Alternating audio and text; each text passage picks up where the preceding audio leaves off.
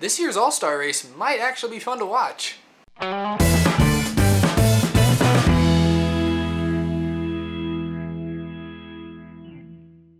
How's it going, everybody? My name is Eric. Welcome to Out of the Groove. If the lighting looks a tiny bit different than usual, it's because I'm filming this at night. No good reason, I just forgot to film earlier this afternoon. And I have time now, so getting it done. Had a busy week, but enough about that. So this past weekend, we were at Texas Motor Speedway, my home track. Can I call it a home track when I live 4 hours away from it? Man, it's, living in Texas is great for a lot of things, but going to NASCAR races, I mean, I'm complaining, but I'm sure people who live in, like, Wyoming, there's no NASCAR race within 2 states. But yeah, we were at Texas Motor Speedway, the first race on the new track surface with the new configuration. Turns 1 and 2 had been flattened and widened. 3 and 4 about the same, pretty much. But the whole track had been completely repaved for the first time in, like, 16, 17 years, I believe. And it was a much-needed repave. I was at the Texas race last fall when about a 15 to 20-minute rain shower caused a 5-hour rain delay. Not because it kept raining off and on, no, just because the track itself would not dry because it was so old, rough, and full of cracks that water would just hide there and seep through. It was a disaster. So NASCAR did what they had to do, Texas Motor Speedway did what they had to do, and they repaved that bad boy. But they didn't stop there. Like I just said, they also reconfigured the whole track. So now it's kind of reminiscent of like Kentucky, or at least, kind of how it used to be. And I don't know about you, but I actually thought the racing was pretty good. I mean, yes, there's really only one groove, especially in turns 1 and 2. You really could only run that bottom groove. If you slipped up out of the bottom lane much at all, you're going to be in trouble, especially on restarts. But as the race went on, you could see that upper lane was starting to, some drivers like Dale Jr.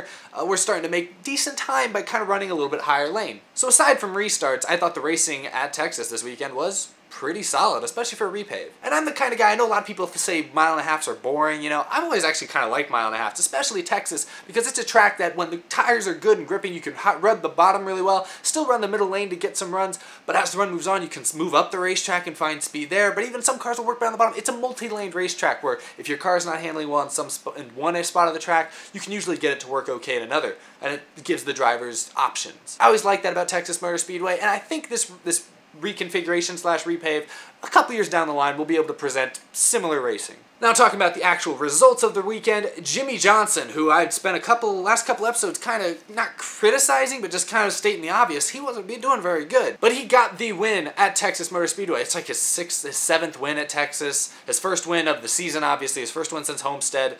Jimmie Johnson, wow, Hendrick Motorsports in general really turned it around this weekend. If you remember my episode last week, I talked about the power rankings and how several teams, most notably Hendrick Motorsports and Joe Gibbs Racing, were definitely underperforming. Well, let's just say after Texas, it seems one of those teams has at least somewhat started to turn it around. Hendrick Motorsports with Jimmie Johnson obviously got the win. He had one of the better cars most of the day. Dale Earnhardt Jr. got a much-needed top 5 run. And Chase Elliott, who's basically been the most consistent Hendrick driver up to this point, still got a 9th place finish. So not only winning the race, but having 3 of their cars finish in the top 10, 2 in the top 5, very good sign for Hendrick Motorsports. Especially in terms of Dale Earnhardt Jr. and Jimmie Johnson, because like I said, those are 2 veteran drivers, that have just shown, especially Junior's had a lot of troubles this year. Jimmie Johnson's just seems to not have had very fast race cars. Both of them turning it around this weekend at Texas. Really good to see, especially if you're a fan of them. But now the other team, like I mentioned, that continues to struggle is Joe Gibbs Racing. Joe Gibbs Racing. Pretty much the entire race, none of their 4 cars showed even top 10 speed, honestly. I think briefly at some point Kyle Busch was running around 7th or 8th, but he wasn't making any real noise. Denny Hamlin, Matt Kenseth, Daniel Suarez were running 15th to 25th pretty much the entire 334-lap race. And that is not acceptable for Joe Gibbs Racing. I mean, I think last year at Texas Motor Speedway, granted, obviously it was a different track with the, old surface and the different configuration. It was a different track, but they swept the season last year. Kyle won in April, Carl Edwards won the fall race. So to see them struggle and just all 4 of those guys miss it by so much, man, that raises some serious, concerns. And me, I'm a Joe Gibbs Racing fan. Y'all know I love Matt Kenseth. I even like Denny Hamlin. I like all the Gibbs drivers, mostly. And, this season hasn't been all bad. Kyle Busch has been close to winning. Kenseth has had some flashes. So has Hamlin.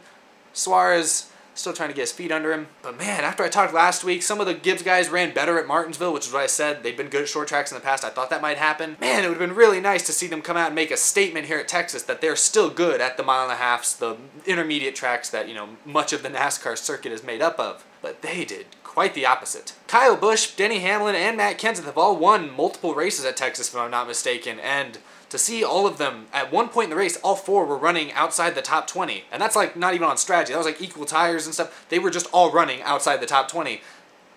That's unacceptable. Don't even get me started about the fact that Matt Kenseth was practically running this race unsponsored, which is a crime all on its own. But then to just see them all run so poorly, there's just not much else to say. I don't know what else to say. I know listening to Kenseth's radio like I do every week, he was fighting just a terrible handling car pretty much the entire afternoon. They made a couple small changes here and there. He ended up finishing, what, 16th, which is honestly better than he ran most of the day. But I know Kyle Busch finished 15th. Where did Hamlin finish? Hamlin was all the way back in 25th, and Suarez was 19th. If I look at the points right now for Joe Gibbs Racing, Kyle Busch is 7th, which is not too bad. But if I keep looking down, Denny Hamlin is 16th in points, which is, for a guy that's made it to the Final Four in the last few years, not good enough for them. And Matt Kenseth and Daniel Suarez are 22nd and 23rd. Now, I know Suarez has had his struggles. He's a rookie. He's going to get it together. He's had flashes, you know, but he's come on strong late in races, which has helped him a little bit. And Matt Kenseth, you know, in the 7 races this year, he has 3 DNFs, and in the races he hasn't gotten DNFs, he has top 10s and top 5s for the most part. So it's not like they're running horribly, but 22nd, 23rd in points, 7 races in, especially after such a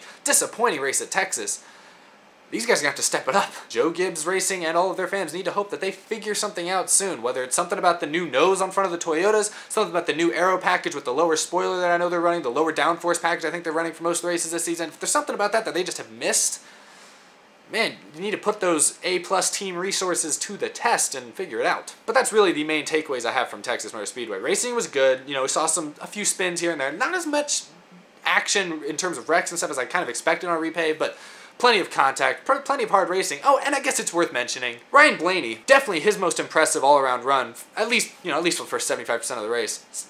His most impressive run I've seen probably since he got into the Cup Series. Had the best car for a lot of the day, had some, track position. He won the first 2 stages, then had some issues with track position. Had an issue on pit road, I believe, put him behind. Couldn't make it up, but still an impressive run from the rookie. Pardon me, he's not a rookie. I'm sorry, he is, what, 2nd-year racer now? My bad. I could edit that out, but I'm gonna keep this real. Very stream of consciousness. And as my mind continues to wander, the other thing I want to hit on in this episode is the 2017 All-Star Race format has been announced. I don't know if I've mentioned on this show very much. I think I've mentioned it on streams that I've done before. I'm not a big fan of the NASCAR All-Star Race, honestly. It's better than the Pro Bowl, and it's comparable to the NBA All-Star Game. The NBA All-Star Game can be fun, but there's no defense play. It's not really that much of a game. I always liked the MLB All-Star Game, probably my favorite All-Star Game, but the All-Star Race, I always considered it one of those weekends where if I had something else to do, if I was really busy that weekend, I just wouldn't really worry about it. But this season's going to be a little bit different. This year, the Monster Energy All-Star Race will consist of 4 segments, 3 of 20 laps each, and the final one being 10 laps. And from the little bit I read, it appears that they will take the winners of each of the first 3 stages, plus I think the highest average finishers, and those 10 drivers will be the only 10 allowed to compete in that final 10 laps stretch to the finish, which is an interesting idea. There'll be like a mandatory pit stop in there as well to kind of determine the running orders. There's all that fun stuff that they always like to throw around. But the other thing I found interesting is that they will allow each team to have 1 set of softer tires, which I'm no engineer, but apparently softer tires helps big time with grip and therefore speed. So it'll be really interesting to see how crew chiefs, how the different crew chiefs play the strategy. What stage do we try running the soft tires? Because it can be a big advantage, but if you use it at the wrong time or run into trouble and are not able to take advantage of those fast tires, could put you behind and screw you up. So the past few years, NASCAR's been trying all these different little gimmicks with like, oh, let the fans vote what they're going to do. Ooh, a 2-tire pit stop? Whoa, let all this fun stuff happen. And it's just been lame. But I like that this year, this soft tire strategy that these crew chiefs are going to play with, that's just going to add a whole nother dimension. And it could end up being horrible. It could end up being really lame and silly, but at least on the surface as of now, I think that will be pretty interesting to see who does what. So yeah, the All-Star Race is still like, what, a month away or so, almost like a little over a month away. It's sometime in May, I think, right? And we got an off weekend this weekend. It's Easter, so we still got plenty of time to talk about the All-Star Race. But in the end, that's all I have for today's episode. Trying to keep it fairly short. I actually don't know how short this episode's going to end up being. It might actually end up being long. I feel like I talked a lot, but in a very short amount of time. I think it's a good episode. But yeah, long story short, thought the racing at Texas was great. I'm looking forward to the years to come. Unfortunately, I was not able to be there. I like to go to Texas races every year, but was not able to go this year. Hopefully, maybe I'll be able to go in the fall. I'm hoping to go to Bristol this summer. Not sure yet. I don't have any definite plans, so don't quote me on anything, but looking forward to the weeks to come. Next week, I'll be previewing Bristol, the April race of Bristol. and talking about whatever other news that comes out this week. Which reminds me of one other thing I almost forgot to hit on was Brad Keselowski. I don't know that I ever really mentioned it a couple weeks ago when it first was announced, but Brad Keselowski a couple weeks ago suffered a penalty for some infraction. Geez, let's probably look that up. It was a failed technical inspection from Phoenix a few weeks back. And Penske appealed the last couple weeks, lost the appeal, so as a result, they've been fined $65,000, which is pretty hefty. Brad Keselowski and team have been docked 35 points, and Paul Wolfe, Brad Keselowski's crew chief, is going to be suspended for the next 3 races. So happy Easter, Penske. So yeah, that, obviously Keselowski's already got wins. He's got 2 wins already this season, so he's not going to affect his chase standing too much, but missing Paul Wolfe these next 3 races, it's going to make it harder for them to earn any extra stage points, that's for sure. In the long run, I don't think it's going to affect that team too much, but in the short run, it might make these next couple weeks a little bit more difficult, that's for sure. But with that, I want to thank all of you guys for watching this episode of Out of the Groove. I don't like filming episodes at night. Maybe I'll try doing this more often. Who knows? If you want to become a sponsor of the show, like these fine people right here, you can check out my Patreon, link in the description. I have merchandise down there as well.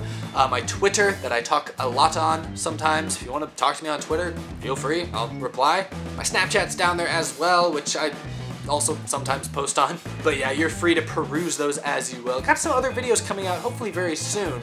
Some NASCAR related, some not. So keep an eye out for that. DECS Season 8 will be in May, and we'll start in May, and we're starting to get close to that point where I will, presumably in the next few weeks, start to post updates, letting you guys know when signups eventually are and how that all is going to go down. So, you know, it's almost that time of year. Very exciting, very busy time for me, but glad I'm able to keep doing these videos each week. These are very fun, and I'm glad a lot of you seem to really enjoy watching them and like hearing my take on the week-to-week NASCAR festivities. It's a lot of fun to do these, and it really, really makes me happy that so many people enjoy watching them. So thank you guys, as always, for your support. New episode every Thursday, so hope you guys all have a very happy Easter, great weekend, great week next week, and I'll see you on Thursday. Thanks for watching.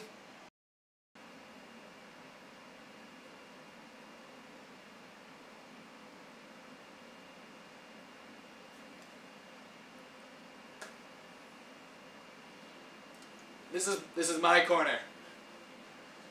My little slice of paradise. It's pretty cozy.